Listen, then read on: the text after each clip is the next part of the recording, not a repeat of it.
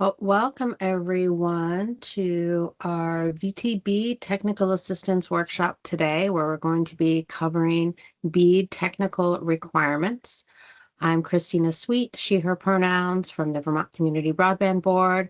I'm joined today by my colleagues, Jose Aguayo and Alexi Montserrat, and I'm going to pass it off to our colleagues at RSM who will cover the presentation.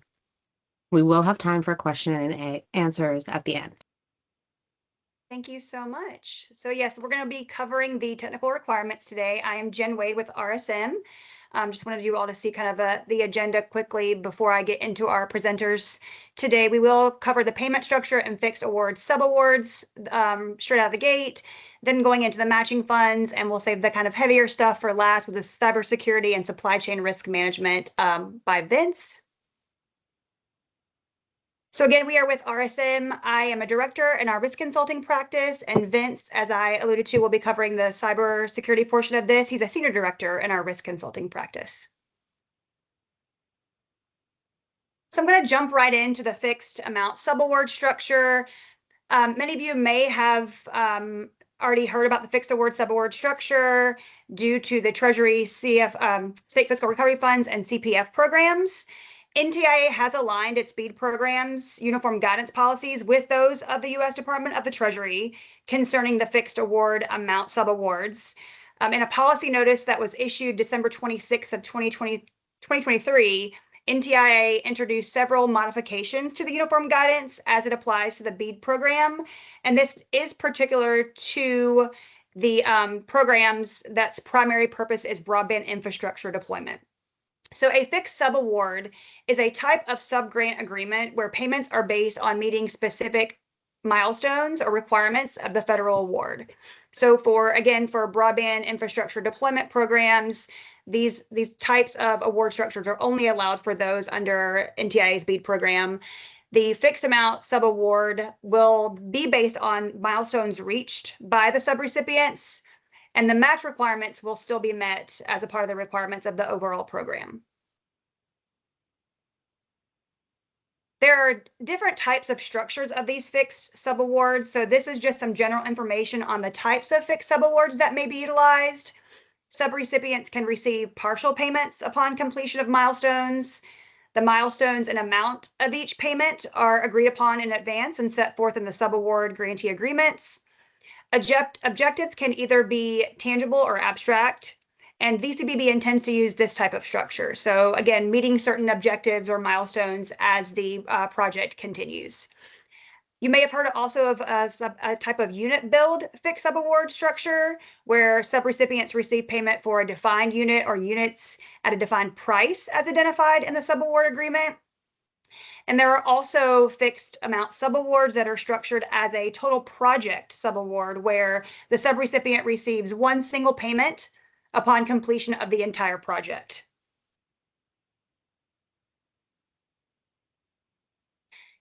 If an eligible entity, this is what NTIA refers to for the states and the Commonwealths that utilize these programs, if they choose to utilize the fixed amount subaward, several requirements in 2 CFR do not apply as displayed on the slide, so I'll walk you through these. I do want to emphasize, however, here that the flexibilities that are afforded to the states that utilize fixed subawards are related to Uniform Guidance 2 CFR 200. So all the other policy and regulatory requirements outlined by the BEAD program to include BABA, fair labor, NEPA, NHPA, those sorts of requirements, the fixed subaward structure does not allow for the flexibilities under those requirements. So again, it's only for the 2 CFR 200 uniform guidance. So with the use of the fixed amount subawards, the flexibility comes in really on the cost principles. So subawards under this structure do not have to adhere to the cost principles under the award. The biggest, perhaps, flexibility here is really the procurement. So a lot of you are not typically used to doing the procurement outlined in 2 CFR 200 that has a focus on competitive procurement. So this flexibility, again, allows that a fixed subaward amount does not have to comply with the procurement standards under uniform guidance. So this is a huge flexibility provided here. And then finally, the other component of this, the property standards here, subrecipients that receive the fixed subaward do not have to comply with the property standard options that are outlined under the guidance from NTIA. So again, when it comes to asset ownership and things like that, and property disposal, all of those, these are the 3 types of really big flexibilities that are awarded under there. So again, VCBB intends to utilize the fixed amount subaward to reduce the program's administrative cost and promote broad participation in the VT-BEAD program. VCBB may award subawards on cost reimbursement basis if specific cases warrant this type of agreement. And as I mentioned earlier, subrecipients under this structure are not required to comply with the cost principles aligning to NTIA's update on the fixed subawards.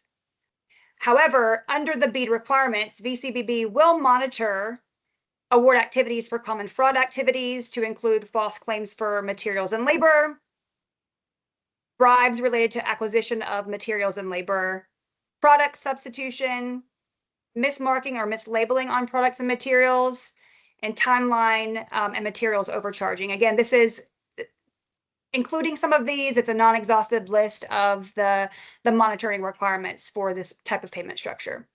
And again, the VCBB will require timely reporting of completion of project milestones to allow for this type of payment.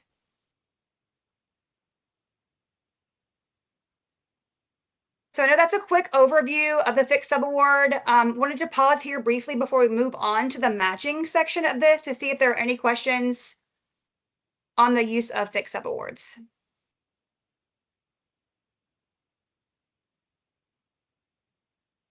Jill, are you seeing any in the chat either? There's nothing in the chat. I would say, to give an example, actually, we do have a hand up for Krista. I would say an example, because I know there have been a couple of FAQs around utilizing existing inventory, et cetera.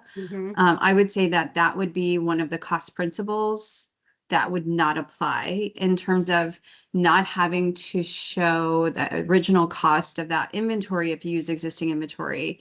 And track back to first in, first out, or whatever your inventory policies are. However, it would not remove a requirement for the inventory to be BABA compliant, for example. So, there is some flexibility, but only on certain pieces of the requirements, if that makes sense. Krista, did you have a question? Well, so, is this, I guess my question was, I was expecting, you're moving on to match, but I was expecting a lot more detail in this area than you've just provided. So is that because you're doing an overview first and you're going to go back to it later, or are you just moving on to the next subject right now? Because there's a lot of questions around that are complicated. Like I'd push back on that. Okay.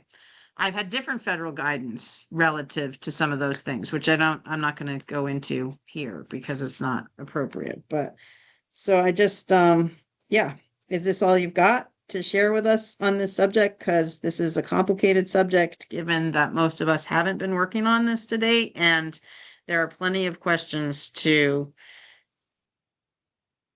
go over, but I'd rather not be asking the questions. I'd rather just be learning the stuff. So yeah, if you have any specifics, we're happy to answer. So this is an overview. I'd really like this is what applies from CFR 200. This is what doesn't apply, and like the details and the pieces. Like that's kind of what I expected.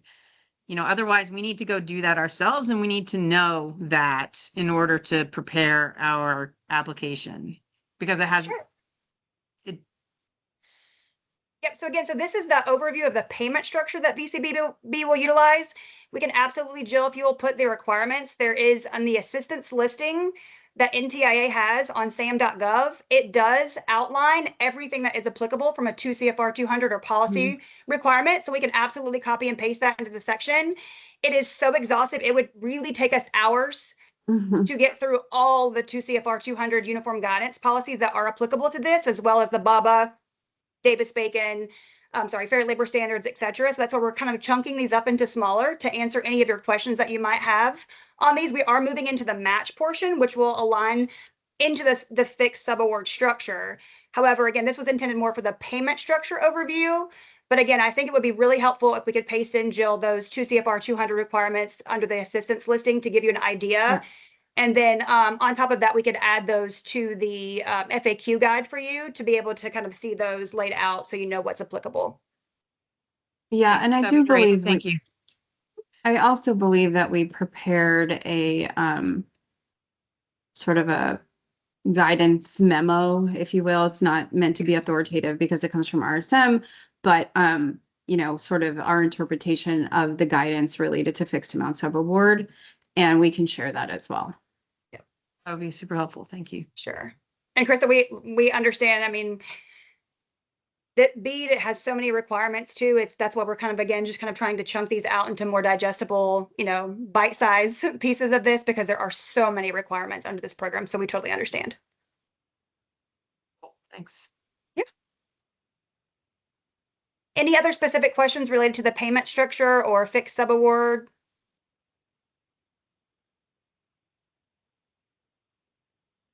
Anything else in the chat, Jill, before I move on? Okay, perfect. Nothing else in the chat. Okay, perfect. Thanks. So we're going to move on to the match requirements portion of this webinar. The BEAD, NOFO, and NTI guidance requires applicants to comply with match requirements. So we'll walk through these types of match and the criteria behind the requirement. For matching funds, this is the portion of a project's costs that are not paid by the federal funds. The BEAD program requires a minimum 25% match for deployment projects, exclusive of high-cost areas, which I'll cover here briefly or shortly. Any funds provided as match for deployment projects must stay with the project and cannot be allocated to other program activities. And here on the right side of this, I just wanted to highlight this. Should the prospective recipient or subrecipient determine that there are locations within the project area that warrant consideration of a waiver of the 25% match, as I just outlined for the project area, the prospective subrecipient is encouraged to submit its full proposal and outline the reasons for the determination. Request as part of this proposal a project waiver of that 25% match requirement.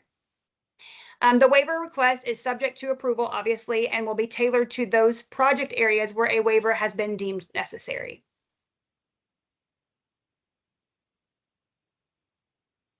So for this, who can provide match funds? So really, match funds can come from a variety of sources or a combination of sources.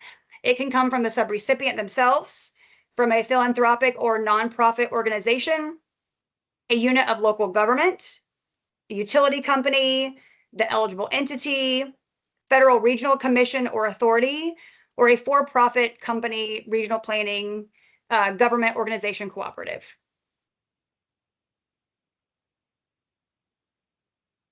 In-kind contributions are a non-cash donation of property, goods, or services. And there is a lot of discussion around this. And I do want to highlight that we are still awaiting some additional guidance on in-kind and really match in general from NTIA, which I believe they're on currently. So we're going to go through really their primers and the information that they have to date on the in-kind match applicability. So NTIA encourages prospective subrecipients to thoroughly consider potential sources of in-kind contributions that, depending on the particular property or service and the applicable federal cost principles, could indicate the following. So there are employee or volunteer services, equipment, supplies, indirect costs. You can have in-kind match of property, the use of facilities, etc., or even waivers of fees associated with the access to rights of way, pole attachment, conduits, etc. So when I jump back, and Krista, you might have a question regarding this too. I think this has come up on some of our office hours. So for in-kind match, you may recall we just said for fixed subaward uses, the cost principles do not apply. However, for in-kind match, if you have that to add to your match when you are doing your full proposal, the cost principles apply to the in-kind match. And I'll get to the slide shortly here where we reference a certain 2 CFR, it's 200.306. We'll put this in the chat as well. That is applicable to your in-kind match. And that walks you through the valuation methods that you can utilize and the cost principles that do align to the in-kind match portion of your match if you choose to use that. So again, volunteer services, if someone gives you an employee, you're using in-kind match for equipment, supplies, property, etc. There are different ways in which 2 CFR outlines the valuation of those particular in-kind match donations. So here's the criteria that match must meet. Again, I've kind of already gone through some of these, but not included as contributions for any other federal award. So you can't have a match, in one federal program and as well in the BEAD program. It needs to be verifiable from VT-BEAD standpoint, and I'll walk through some of the ways in which that may be verified from our end. Necessary and reasonable to accomplish project or program objectives. And if you're familiar with cost principles, that really encompasses those cost principles, right? Necessary and reasonable, verifiable, etc.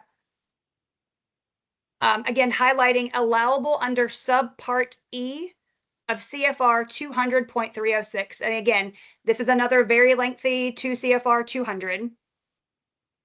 And we can go over, again, I think Maggie just put that in the chat. So you can, again, read through that. Really encourage all potential applicants to read through 2 CFR 200.306 to just really understand and obtain an understanding of the match requirements and the expected valuation methods for donated services, equipment, and property.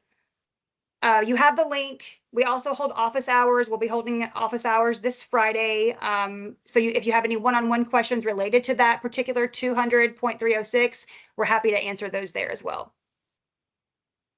Jen, Yes. Alexi mentioned in the chat that NTIA provided information today that they do still intend to release additional guidance related to the in-kind match. Correct. But no new details have come. So correct. Yep. So hopefully we'll get that soon. Without having that, again, like I said, we're going to really focus on the guidance that is out there that we have to date and the primers that we can also link in the chat as well. But again, if you have specific questions after reading that, please join the office hours because we can really go through that in more detail because it is quite lengthy. Oh, I saw a hand up. Rob, did you have a question?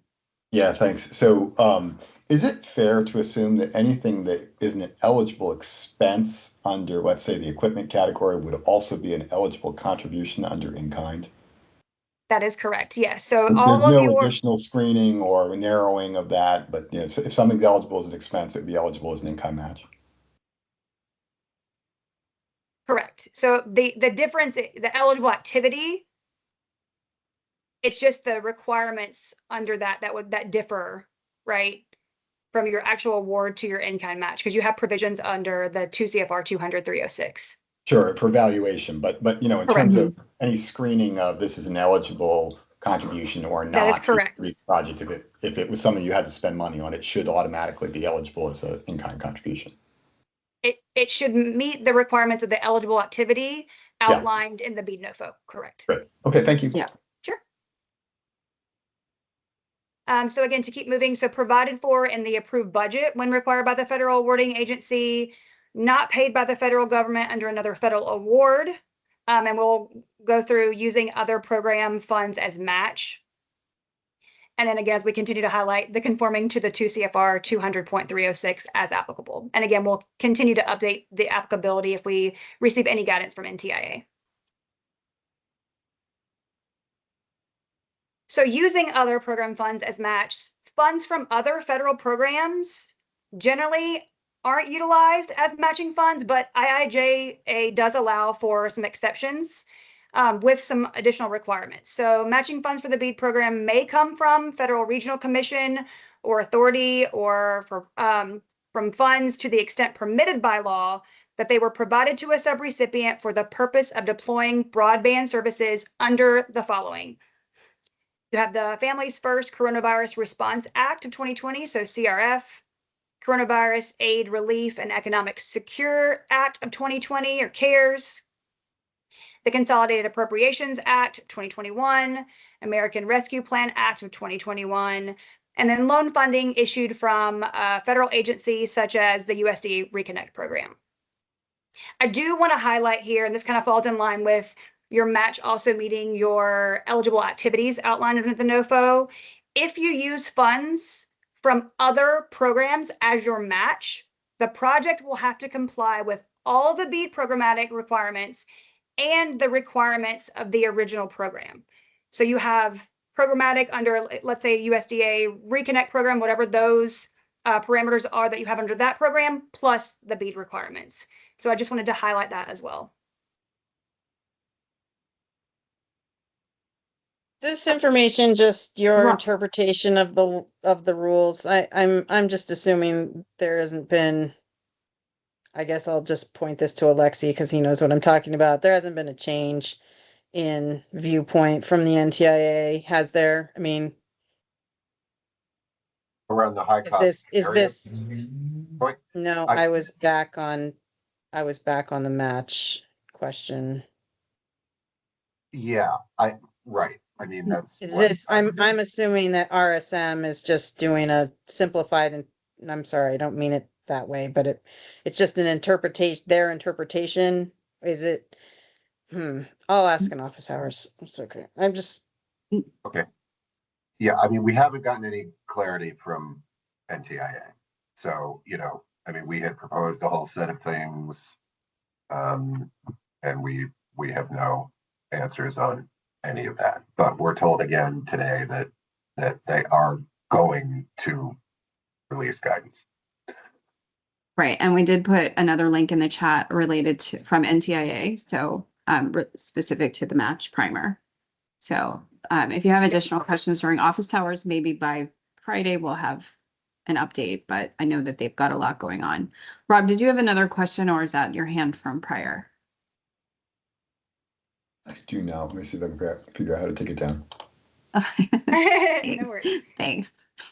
Yeah, I do want to emphasize too, Jill, everything that we're presenting here is coming from NTIA guidance, right? So to go back to, these slides that we're having, these are from NTIA. This is NTIA's language that we are walking through and trying to answer any questions that you may have related to their verbiage in this, as well as any office hours. So, we're not really here to, try to interpret some of these, that we are taking these back as well to NTIA along with VT-BEAD to try to get clarification, on a lot of this. And so hopefully, like Jill said, we'll have more clarification around the in-kind match. Hopefully by the end of the week would be great. I want to go back real quick. So again, so the high cost areas, match is not required for areas that are considered high cost areas. A high cost area is an unserved area in which the cost of building out broadband service is higher compared to the average cost of building out broadband service in unserved areas in the US. As I mentioned earlier on an earlier slide, if the prospective subrecipient were to determine that the location within the project area warrants consideration under this, they should follow those steps outlined there. Again, to submit the proposal and outline the reasons that it made the determination for the high cost areas, request as a part of that proposal the waiver of the 25% match requirement, and then the waiver request, again, being subject to the approval. So I did mention earlier that VT-BEAD does have to verify the match, and I wanted to outline under the guidance of the NTIA that they have provided thus far with regard to how states can verify match funds. They have it broken down into some suggested framework into, general match, all match, cash, and in-kind. States may utilize their own methodology for verification, but again, just wanted to share some of the examples so you have an idea of how your match might be verified or monitored. So in talking through all of the match, VT-BEAD's activities could be ensuring records include the source, amount, quantity, time, and delivery of each match service, checking for the records to make sure that the subrecipient retains the records through the life of the grant and the grant closeout, ensuring the match submission requires a legally binding attestation. And again, these are just examples that NTIA has put forward. Consider letters of commitment for match and then compare actual match against stated commitments. For cash match, suggested activities include requesting bank or financial statements, showing available and expended funding, require receipts from disbursements. And for in-kind match, for volunteer services where the rate must not exceed fair market value, use federal tools such as the Bureau of Labor Statistics to determine the wage rates. To the extent feasible, require similar methods to record time as an organization would for paid labor, such as timesheets and time cards. For reduction rates from consultants and other individuals, consider comparing current charges against standard or set labor category rates. And for facility in-kind match, verify amount against current mortgage statements or rental rates. And we are still, again, determining the methodology to be used here, but again, highlighting the 200.306, making sure that it aligns to that. Here's a roadmap for prospective subrecipients for each phase of the project. So the milestones to be met in the phase. For the full proposal, prospective subrecipients should upload certification verifying that the entity will have sufficient financial resources to cover your eligible costs, including match. Prospective subrecipients should provide details of total amount of matching funds. Prospective subrecipients are to identify if they will be seeking a match waiver due to their total match funds being less than the 25% requirement and provide justification for that waiver. Provide source of matching funds along with the dollar amount already secured for each tranche, supporting documentation, and source of matching funds not secured with a narrative. They will also be asked to provide a narrative explaining if the entity is pursuing any additional financial support for the project. And upon award, prospective subrecipients, or at that point, subrecipients on the award phase, will provide documentation verifying pledged matching funds prior to commencement of work and release of any payment.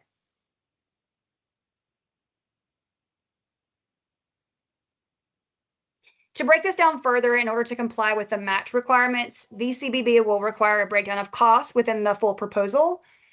The VC-BEAD urges prospective subrecipients to consider the cost to deploy broadband to all unserved and underserved locations within the project area, but also to undertake a granular analysis that provides the prospective subrecipient a firm understanding of the cost of each location.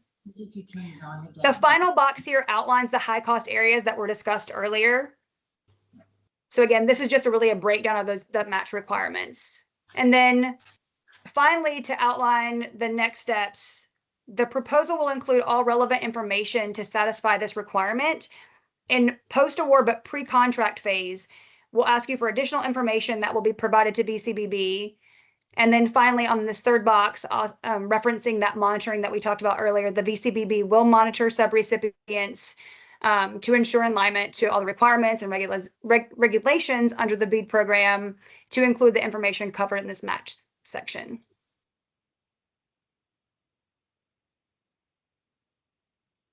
So I know that was a lot on match, lots of 2 CFR 200 references. Any questions on this portion? Oh, I see Rob. So just a process question. A lot of times grant managers want to see match contributed ratably. So you have a 50% match, they want to see you contribute it 50% of your match with each draw. In this program, will we have the flexibility to contribute match later? So it's a 4-year program. It doesn't necessarily make sense to contribute early and depreciate value when it's actually not useful. So will VCB be allowing match to be contributed non-ratably or not in line with payment disbursements? So Alexi, can they spend match later in the program? Yeah, I mean, we'll in the context of those discussions, we can offer to be as flexible as the NOFO allows us. But why don't we log that one and for an FAQ, and I'll get you a better answer. Thank you. And I will just share that I think that's something that should be clear from your timeline and budget as an applicant, and that, we will details as we get closer to an official award agreement, as long as they meet the requirements from the NTIA. Sounds good. Thank you.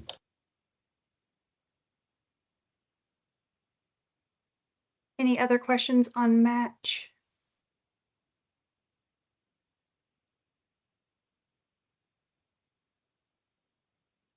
Okay.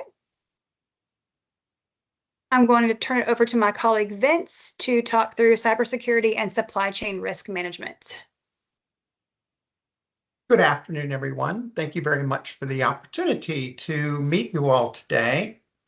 We're just going to briefly go over cybersecurity and supply chain risk management plan requirements for the BEAD program. If this appears new to some of you, that's because it is brand new with the onset of the BEAD program.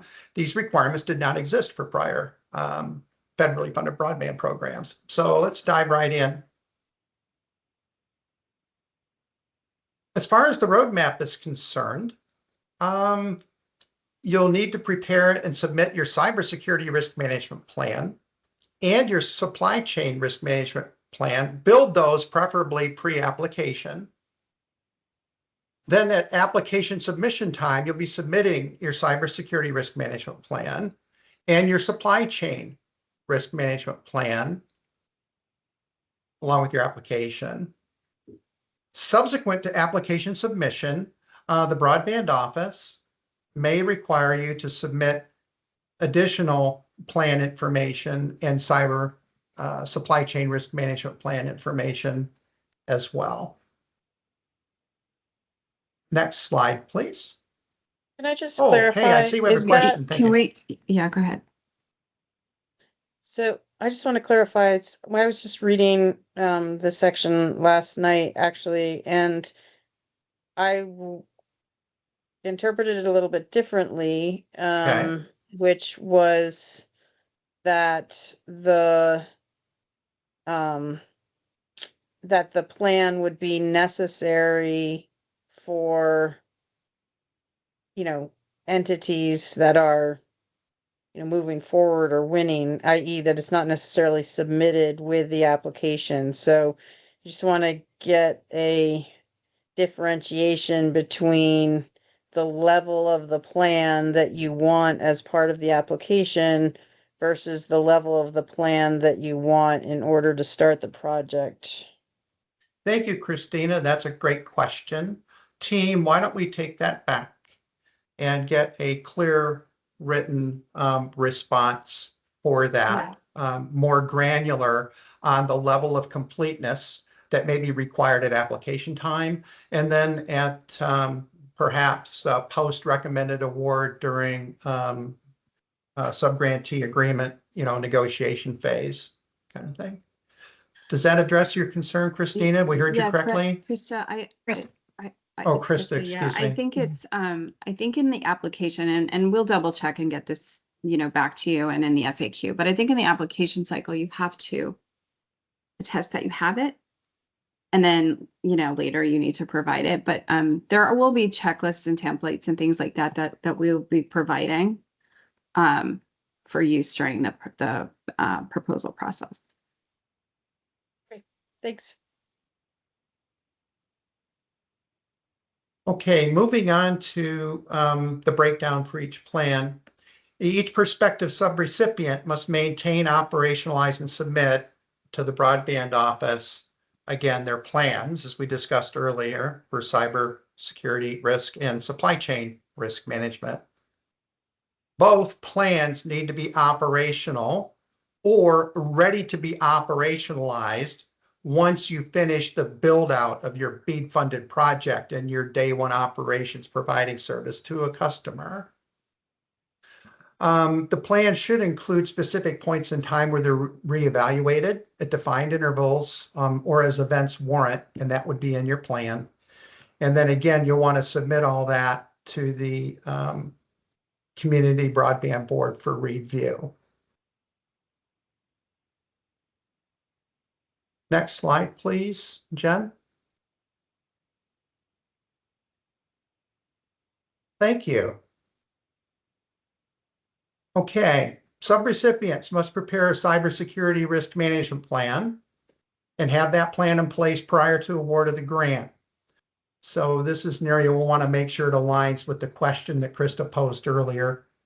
If the subrecipient is providing services to the area already, or demonstrate that they're going to be ready to operationalize it once they begin providing service on the new network build that's funded by the BEAD program. The plans must reflect the latest version of the National Institute of Standards and Technology framework for improving critical infrastructure cybersecurity. The current version is NIST 2.0. At time of publication, I did notice in my prep work that volume 2 includes 1.1, but that was wholly appropriate when it was originally submitted to NTIA for approval. NIST has subsequently issued an update. And then any templates that we provide for you will be updated to the current NIST version, as well as incorporating Executive Order 14028. And together, these specify the security privacy controls that need to go ahead and be implemented. This all needs to be submitted prior to funds actually being allocated. And if any substantial changes are made to these plans, we're asking that a new version be submitted within 30 days of those changes having been completed.